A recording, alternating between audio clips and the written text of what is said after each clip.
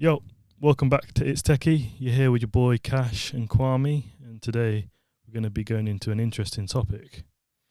That intro topic is corporate icks and red flags. Ooh, I can see it already. But before we get into that, quick welfare check. How you doing, brother? Yeah, good. We're filming this at the end of the year, so it's been a busy last couple of weeks, but yeah, busy is good. Time flies. What about you? Yeah, second that, literally the same. And obviously now we're coming in towards the end of the year, just wrapping things up at work. So, yeah, it's all good. Onwards and upwards. Have you taken any forced leave? Yes, had to take all of those. Yeah, it could be on -0 very soon. It's long. I don't know why they don't let you just drag it over to the next year. I know, right? Right. It is what it is, I guess. Yeah. Well, look, let's get into it. Firstly, corporate icks and red flags. The first one, overused corporate phrases like circle back, touch base. What do you feel about that? Yeah, I mean, it's corporate phrases or corporate jargon. It's all about it's a new language that you have to learn, isn't it? Kind of after you're going through all sort of academia. Mm-hmm. I guess you do learn English language and English literature, but you're not taught the sort of the corporate lingo, like how to go day by day and adding these weird sort of acronyms when it could just be said straight how it is. Exactly. So, thinking back in your experience, what would you say gives you the instant ick? Ooh. Yeah, I think it's the acronyms for me. When people have to say EOD instead of just saying end of day, or COB instead of just saying close of business. Just keep it simple. There's no need to complicate it. We're all doing jobs that we're a little bit out of our depth for, so let's just keep it simple. Have you got any phrases that? Or is there any ones that sort of caught you off guard when you first started corporate that you didn't really understand? What's a common one that people used to use? You know what? Thinking about that, I'm not even too sure. But if I had to say one that was kind of a bit corny, was phrases like, "Oh, let's do a team huddle. Let's do the huddle." And I'm like, just say we're having a formal meeting. Exactly. We're having a briefing. So yeah, huddles. I don't know.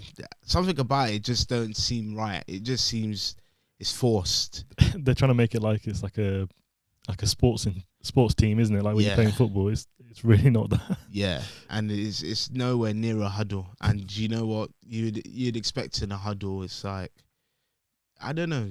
I guess the reason they do that is trying to get that authentic feel that we're a group, that we're a team. But I'll be honest, some of these colleagues, and myself included, we didn't speak ever. So I don't know. Maybe it's a way to break the ice, to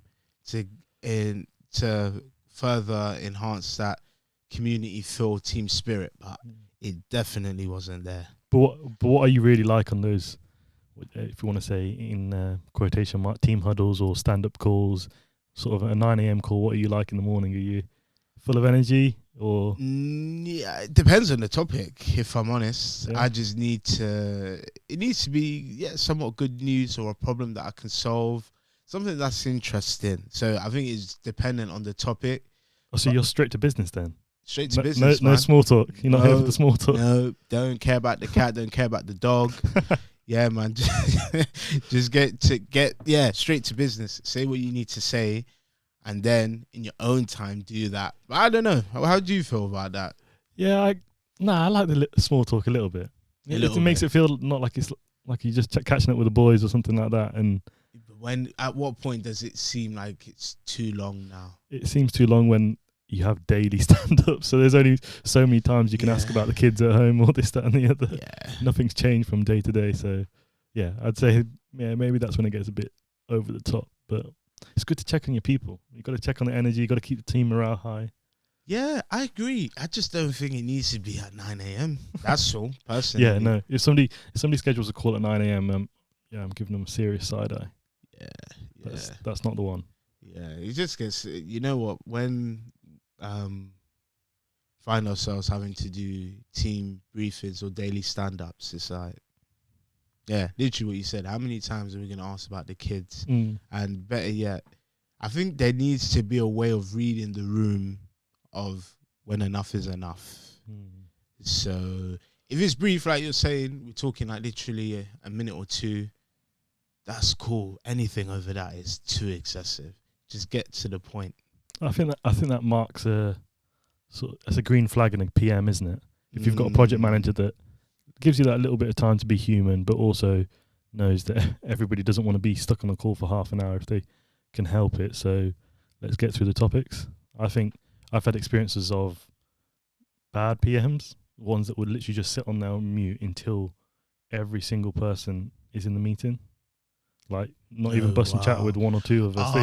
They want the full audience there. So is the PM at least speaking, or is he on mute until mute? They've got no. This PM that I'm talking about had no energy until all the right stakeholders were there. So it's almost like, I don't know. Yeah, maybe we weren't a senior enough audience for him. He was waiting for the senior stakeholders to jump on, and then. Now he's got all the energy. Yeah, that's awkward, man. Yeah, that's it. That's definitely, it's a red flag. Yeah. A good PM can make or break a project and make or break 100%. Your sort of morale to go to work. Oh yeah, 100%. Yeah, that's crazy. Yeah. Hey, project managers, if you're listening to this, please don't be like that. Yeah. Is awkward. I know it's already awkward for you, but it's awkward for everybody else. You need to think of it on the basis of you're leading the project. Ensure that everybody feels comfortable and they're able to speak up when they need to speak up. So you know what? Doubling back on what I said, this is why you need to have the brief introduction at the beginning. Yeah. And then when everybody's in, then continue. But just sitting there in silence, that's awkward. Whilst we're on that PM chat, do you have any sort of bad stories about PMs? Not without calling anybody out, do you have anybody that sort of chases you down too much, or? Yeah, exactly that. So this year, had a PM that very keen. They're new, so I think you just told me this story. Yeah, you've heard this one. You've definitely heard this one before, but for the viewers, this will probably be your first time hearing this. So, obviously, having junior project management, they obviously want to impress. They want to show that they know what they're doing, and they really want to grab the job by the horns and do what they need to do. Which you can respect. Exactly. Which you can respect, but I think this is where I went too far. Viewers, I'm gonna let you guys be the judge of it. But I've got a client laptop, and I've got a company laptop for the company I work for, being a consultant. So I'm in a meeting with let's say, better yet, we're doing threat intelligence analysis. So I'm in a call, and I'm getting pinged by the project manager. I think I was scheduled to obviously jump on a call with the project manager. A minute later, she's pinging me on the hour. Where are you? Oh, we need you. Come and join. What's going on? I'm like, whoa, relax. And obviously I saw that. So I was just thinking to myself, I'm going to get ready to jump off of this meeting and go on the client laptop so we can have that meeting. And now I'm getting a call. I'm here. I'm like, nah, this girl's, hey, this project manager is doing the most. Why is she ringing me? Anyway, rang me, and I said, yeah, no problem. I'm going to be there in a sec. She was like, okay, that's fine. Just wanted to check because you are offline. And I'm like, but you can see I'm online on the company laptop. And then I joined the meeting. Tell me if this project manager asks me any questions. She just wanted your presence there. Yeah, she and didn't need you. She just, yeah, that's doing too much. So yeah, I can't lie. That's an ick. Yeah. Corporate ick. For sure. That's what I mean. So for all the PMs, hopefully we haven't turned you off from listening. We haven't dissed you too much, but I think we both agree it's a very vital position, isn't it? Mm-hmm. So, but us coming from the sort of niche of a SME, Yeah, 100%. treat us with a little bit of care. Look after us. Yeah, look after me so I can look after you. Exactly. It's reciprocal. Exactly. No, that's important. So shout out to all the PMs, and yeah, we respect your job, but yes, we love you and we want to work with you. Yeah. So you know what? That takes us to the next corporate ick / red flag. Okay. Passive aggressive emails.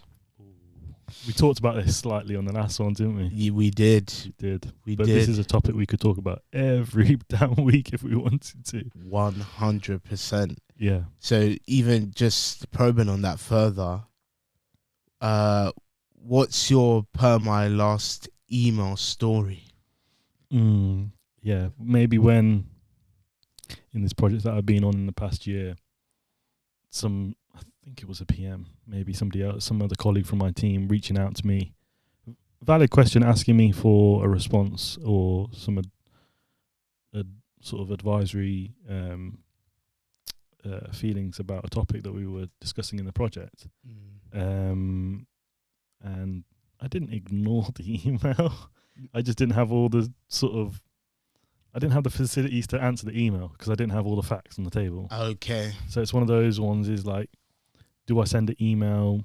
It's on that sort of weird line. Do I send an email saying, bear with me? And that sort of, being junior, you're sort of like, oh, does that show me like, I don't know what I'm doing? Or I'm not skilled at this. But then the other side is like, oh, I'll just air it for a bit, hoping that I'll get the facts. Then I'll be able to respond to it in full vim. But hold on, let me probe a bit more. What's the time scales? When did they send the email, and then when did they send the follow-up email? This is they send an email, say like on a Monday, and then maybe on midweek, so Wednesday they're following up. Okay. So, and bearing in mind this was a time in the year where annual leave it was a sort of that summer period, that August when nobody actually does any work because everybody's on school holidays. Yeah, can't relate, but yeah. So I couldn't factually I really couldn't get the facts. Okay. I didn't have the facts on me to respond to that email with full sort of confidence. Because obviously, once you put it in words, if you're on a client sort of account, then you've got to stand by that, isn't it? So you can't be talking nonsense. Where is your bond, man? Exactly. Has to be. Yeah. So yeah, I got that dreaded as per my last email. Cash, can you sort of sort it out? I can't remember exactly what the words were, but it did make you sort of, I don't know what they say, but the sort of my stomach dropped, and I was like, yeah, dropped. It's not a good feeling, isn't it? It's not when somebody's chasing you up. You want to be a little bit proactive, and I do try to be proactive, but sometimes your job relies on other people's doing their job. Yeah, 100%. So yeah, when you feel, as per my last email, that will always sort of trigger me and get me a little bit anxious because it'll be like, you're not doing your job. But I don't know. Have you had any of those circumstances? Yeah, I have. Had it quite recently as well. So it's not a good sign. we've got so many of these scenarios to talk about. It's true. Yeah, I know. There's too many in the bag. But the one that I will say, similar situation to yours, it involved a technical architect. And he was more or less saying along the lines of, Kwame, can you check this? Which I want to give more context. So he was more or less asking me about a security control. Right. And with that security control, he was trying to ascertain if I've done my job, basically. And I was thinking, it's not for you to get. You're a technical architect, so it's somewhat of a concern to you. But I've already got it in hand. I'm asking the right questions. So what I did, similar to your situation, I just pinged him on Teams, and I was just like, gonna get back to you. Was already investigating this, but thank you for putting it in the email Yeah. with all the stakeholders. That's great, but it's all good. It's in hand. And he was like, oh, that's great, Kwame. I look forward to hearing from you, and left it at that. And literally, I'd say in the space of half an hour after that, I actually got the information. Right. So I sent that over, and it wasn't a huge concern for this specific security control because it's not a common scenario of the item. Right. So yeah, it kind of was a bit out of the usual scope of works. Yeah. But we were able to get the information and I was able to advise accordingly.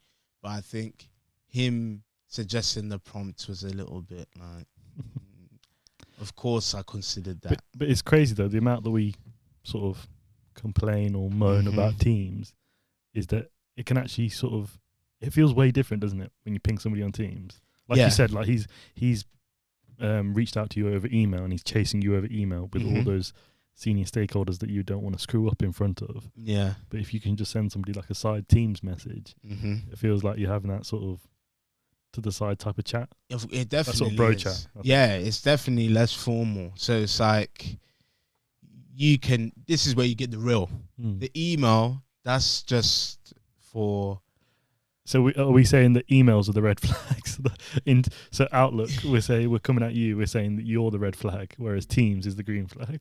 Yeah, agreed. 100%. Outlook, when you see high importance and then you see certain stakeholders on there and then you see the tonation of how they're writing versus you knowing them, it's like, you know what you're getting yourself into. So definitely Teams is the formal way. So guys, if you're not doing that, I suggest you do that. And you know what? If you don't want to pay Patrol, call them. Literally just call them and just have that conversation. Facts. And at least you're not really held to physical evidence of it. But your word should be your bond anyway. So whatever you say, you should look to honor that. But that's just some things that I do.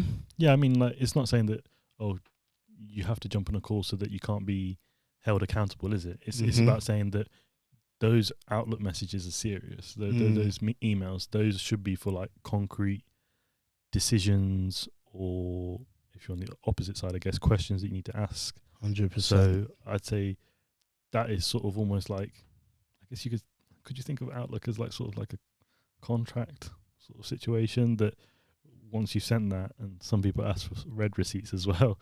So that's another one that we can get into. Yeah, that's crazy. But, Outlook is very, once you've said it on there, then that's that. It can't really be inferred too much. Whereas I think if you say it over Teams call, I think that's how a sort of successful project goes. Is that if you can have those side chats and say, okay, you sent me this email chasing me up respectfully, but like, what do you want me to do about it? Like, have that human conversation. No, 100%. It needs to be like that. And I think people can see through that if you're not like that. Yeah. And I think for people that are not in the corporate space or who had just got into the corporate space, would you say that that's it might not be a tactic that you thought of before, but let me ask you this question. Would you say that that's like a form of de-escalation? So if somebody's chasing you, Kwame, I sent you this as per my last email, and the tension's already raising, isn't it? Because everybody knows that's slightly passive aggressive. Yeah, it is. But then you have taken this proactive step to be like, let me jump on a call. It is de-escalation, I would say. It is. I think it sets the record straight, and very quickly, and then you're able to do what you need to do with that information very quickly. And I think everybody knows where they stand. I don't know. Look at it as like the emails is like the theatre, and you've got all your people watching. But a one-to-one chat is where you're gonna get the real. So yeah. The one-to-one is like the podcast that you're listening to. It's techie. Icks. That's what's going to give you the gems, isn't it? Yes, sir. Those emails are like those lectures that you've been sitting in for the past few years. Those seminars. Tell them. Yeah. Yeah, nah, you're definitely right. You're definitely right, man. Only the real on here. Yeah, that's crazy. So going on to the next trigger, or ick rather, reply all warriors. That goes quite nicely onto the topic we were just talking about. Exactly. Because you said in your scenario, there was loads of people on that email chain, am I right in saying? Yes. So what do you do? I guess if the person sending the email in the first place has included all those people, CC'd and BCC'd all those people, then is it, let me word this correctly, is it sort of mandatory that they have to be involved in the response? Because sometimes I feel like there's a grey area. Sometimes you don't need to respond to all people. Yeah, I think it depends on the context. Because those people that reply all can be dangerous. It's true. Because there might be there's obviously got to be transparency in the project, but not everybody needs to know so much information because it can be overwhelming. Yeah, I think it has to be on a need to know basis. Yeah. So I've seen in projects I've been involved in, I've seen where certain projects, they have all the stakeholders of the project on there, and it's like, well, obviously security is important, so it makes sense for everybody to see that. But there's other things that go on in a project life cycle that I don't think I need to know personally. Yeah. So I don't understand. I guess it's for transparency purposes, but I don't need to see that email. Yeah. It's not even just like we're trying to. It's not like we just care about the clutter in our Outlook, is it? In our inbox. Obviously, you can be sending emails all day, but it's about trying to minimize the amount of waffle. 100%. So people that be replying all and getting people all involved in your business, it's just not needed, I'd say. It is a definite ick for me. Yeah, it's an ick because it's making me think who's actually more dangerous, a hacker or someone who does a reply all. Facts. It's crazy. Yeah, they're dangerous people.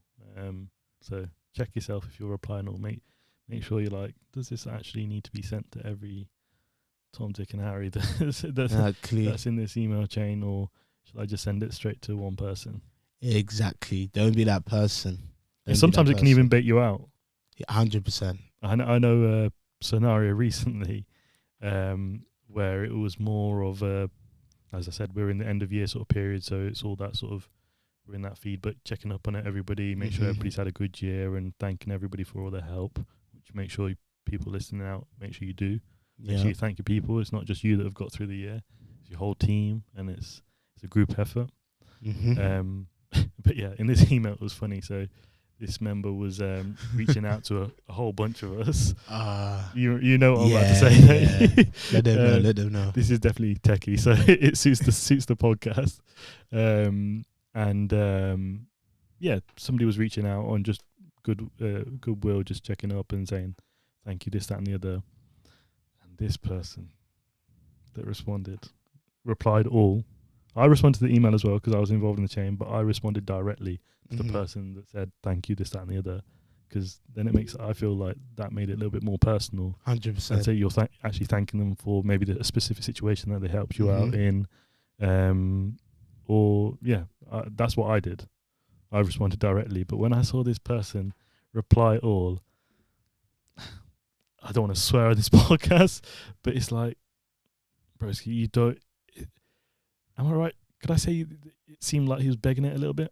This person was begging it? Yeah, look, bro, let's just call it corporate glaze, man. Corporate glaze, that's the word. Completely glazed. It's like, it wasn't on a need, it wasn't on a basis that we all needed to know how he felt about the subject. So yeah, you're just doing too much. You're doing way too much. And I think it's quite easy to spot them because they do things like that, reply to all when it's not necessary. And it's like, it makes me think, if somebody listening does do that, put it in the comments. Why do you do that? What is it you're trying to what is it you're trying to give off? What is it you want us to know? And what? Yeah, I just want to understand the rationale behind doing that. Yeah, because I think from both of our perspectives, I think we're on the same page. It's like we don't need to know what's going on. Respectfully, like obviously some things we do, but like when it's that sort of topic, when it's not really that important to the business or important to your job. Yeah. Why do that's a great shout, because I'm not seeing it, you're not seeing it. No. So if anybody in the comments could sort of help us see that perspective of why you'd want to get every damn person involved in your conversation. Yeah. That would be great. That would be great.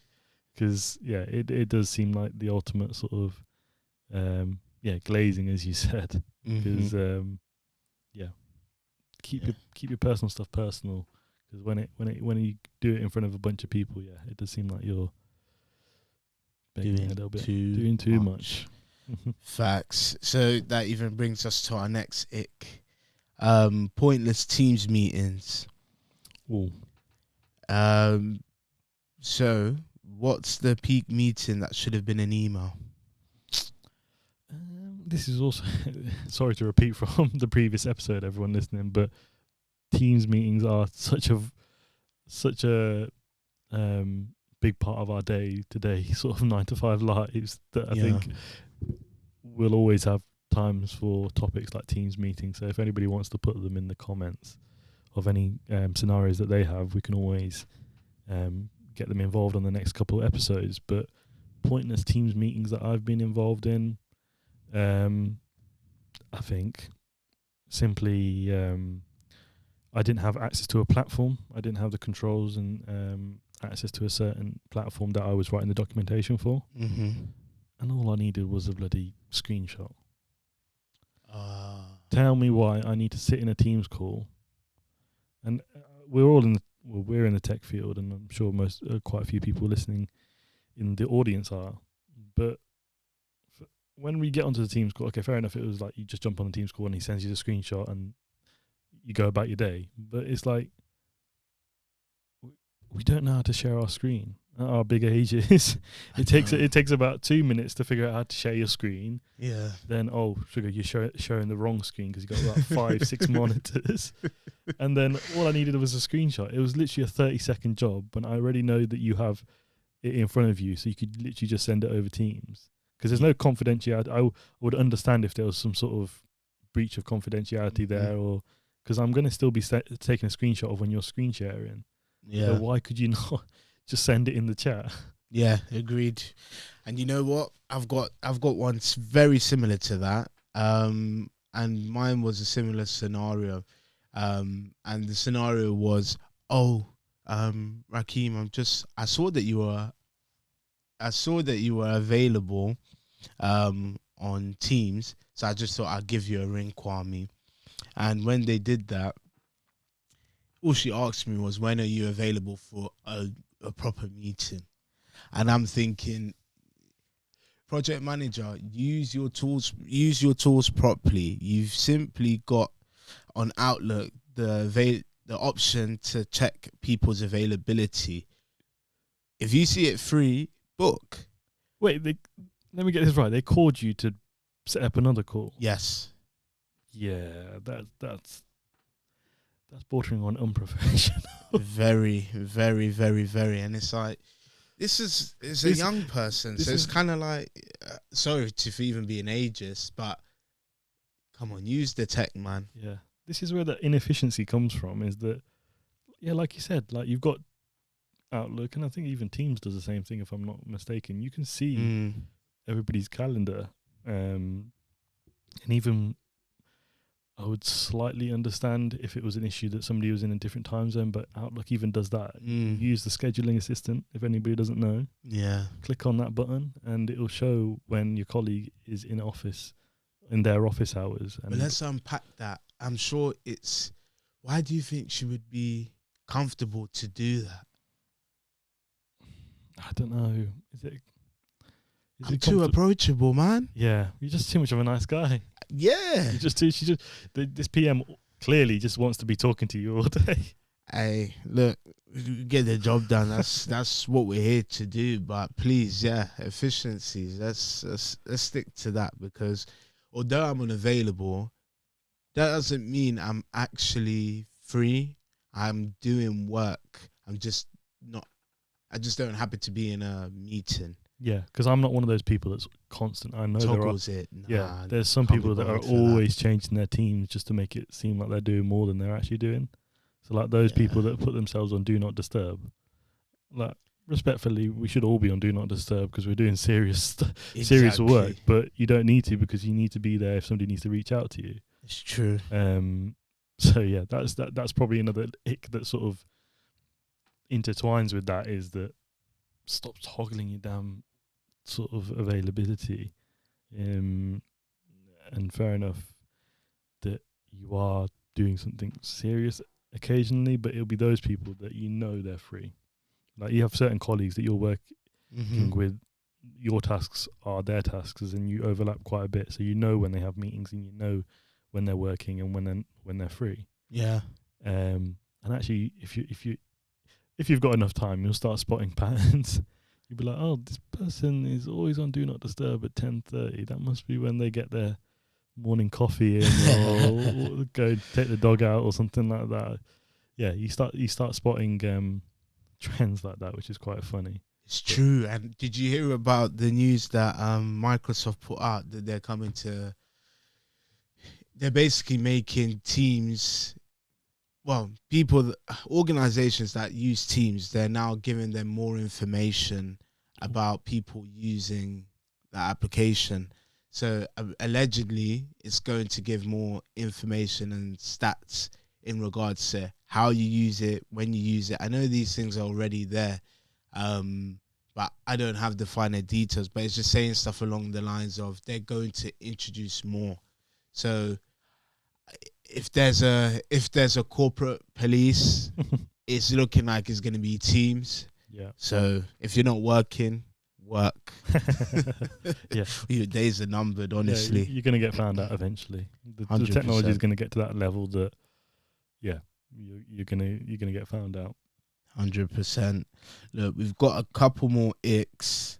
So how do you feel about the LinkedIn humble brag? Ooh, LinkedIn humble brag. As in those people that just be posting all their business, unnecessary things. I got, I'm in the office today, or I've got, what? This is a scenario that I'm going to talk about. Go on, speak on it. This is one that really does, grind my gears properly. Is that in these big organizations, they'll do a lot of, well, at least they'll try to. It's good for the culture to show appreciation for people and 100% give awards and make sure that people are noticed for what they're doing. But those people, those colleagues of ours that be putting that they got nominated for something on their LinkedIn, I can understand if you won an award, then it's like, okay, fair enough. Like everybody can give you congratulations. But when somebody gets nominated for an award, that's when it's like, there's like 200 other people that have been nominated for this award, so your nomination don't really mean ish, does it? Yeah. So, yeah, that's sort of that humble bragging. I love when people put on they got promotions, or love to see it. We want to see people win, or they're going on a new journey. I've seen loads of people, actually. It seems like a bit of a trend. People taking career breaks or career switching. I love that. I love that sort of, that LinkedIn is that platform that sort of gives you an insight into people, what they're doing on their day-to-day lives. Yeah. But yeah, when it comes to, again, it's like earlier we talked about, it seems like it's a bit beggy. It seems a bit, you're doing too much. Yeah, because they treat LinkedIn like Love Island. That's a great way of putting it. That is a great way of putting it. It's as simple as that. And it's kind of like, yeah, who's coming from Casa Amor type energy. So I'm like, well, okay. We just the viewers, isn't it? Yeah. Like what is somebody in your feed going to do with the knowledge that you got nominated for something? True. You can't give some, you can like a message like that, but I ain't giving anybody flowers if they get nominated for something. Unless it's a bloody Nobel Peace Prize. Yeah, hey, that's crazy. You know, I think, yeah, nominating probably a stretch. I think if it's a finalist, perhaps Yeah, that's different. cool. And then if you've won, without a doubt, that definitely requires some attention. Yeah, because that's like it's not a certification or an accreditation, but it's a sort of you could say sort of evidence for whatever that topic is that you've won an award for, that shows your professionalism or your skills in a certain area. So Yeah, when it comes to, oh, I've won something, then I'm all for it. yeah. But when I've been nominated for something that 20, 30 other people have been nominated for, then Yeah. and especially when you're in the organisation and you know that I can say in my circumstance I was nominated for the same award, and okay, maybe it's just me being a bit salty that I didn't win the award. But Sounds like it, man. Sounds like it. But yeah, I don't want to see everyone saying they got nominated. It's not necessary. So what? Are you even leaving a like? Nah, I'm scrolling straight past that. Are you scrolling past I'm scrolling straight past that. Wow. That don't deserve a like. A sort of. Listen, if you post something under that category and Cash sees it, he told you here first. Yeah. He's scrolling past that. Yeah, I see everything on LinkedIn. I see everything.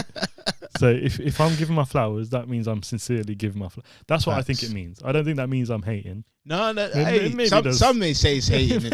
Maybe it does. But I think it's more like, yeah, when I give my flowers, you know that's sincere, and I'm like, fair play, respect, Kwame, like, you've done your thing here, ain't it? Yeah. So that's what at least that's how I go to bed at night. That's how I sleep, knowing that I'm honestly giving genuine congratulations rather than just giving a sort of empty like on LinkedIn. Yeah, no, I hear you. Well, even kind of, we've touched on the topic of perception of being a hater. This final ick, I think it's gonna sound like I'm hating. Okay. Trust me, I'm not. But overly enthusiastic co-workers, like, why are they smiling like that at 9 a.m? It's too much. Yeah, acting like it's their dad's business. Yeah, I don't know. That's an ick for me. I think, literally in that scenario, it's like, I love that we've got energy, we're positive, and we want to do it. But there is such thing as overly enthusiastic. It's kind of like, I don't know, it's weird. I don't know how to address that energy. It catches me off guard. So I think it's not a major ick. I'm going to give it, like, this is a red flag for me anyway. I'm going to say it could pass for borderline amber, but it's definitely a ick. It's like, just be normal, dude. It's 9 a.m. But some people are just, let me be the devil's advocate, some people are just morning people. Some people just wake up and they've had their espresso shot or whatever matcha lattes they have nowadays. Yeah. And they're just ready to go. They just sort of burst in at the seams. Wow. In awe just to see me. Just to see you. Hey. Just to see you. Hey. That's the effect. I think I think I know the topic of this pod was corporate icks and red flags, but it seems like we're more saying the topic should be, oh, everybody's just happy to see Kwame. he makes the day go by so much better. What can I say? The PM loves him. All his colleagues love him. Yeah, well, I take it you feel indifferent then. Yeah, I'm not a morning person. Mm-hmm. So, and I won't be on camera, that's for sure, on a 9 o'clock meeting. Yeah. And you can maybe, it's not good to admit this, but maybe you can sometimes tell from my tone.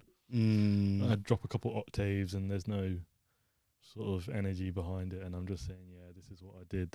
Oh, you sounding monotone. Monotone. Probably laid back. Yeah. Rolling my eyes. But no, I do respect, but then I think it's sort of, so I'll maybe after lunch I'll have more energy, or when I get into my tasks, that's when I start it sort of gears me up for the day. That's why I don't like 9 o'clock meetings. So that's the first red flag, I think. But those people that have energy first thing, I feel like they taper off. I don't think, and I think to be fair to them, it's not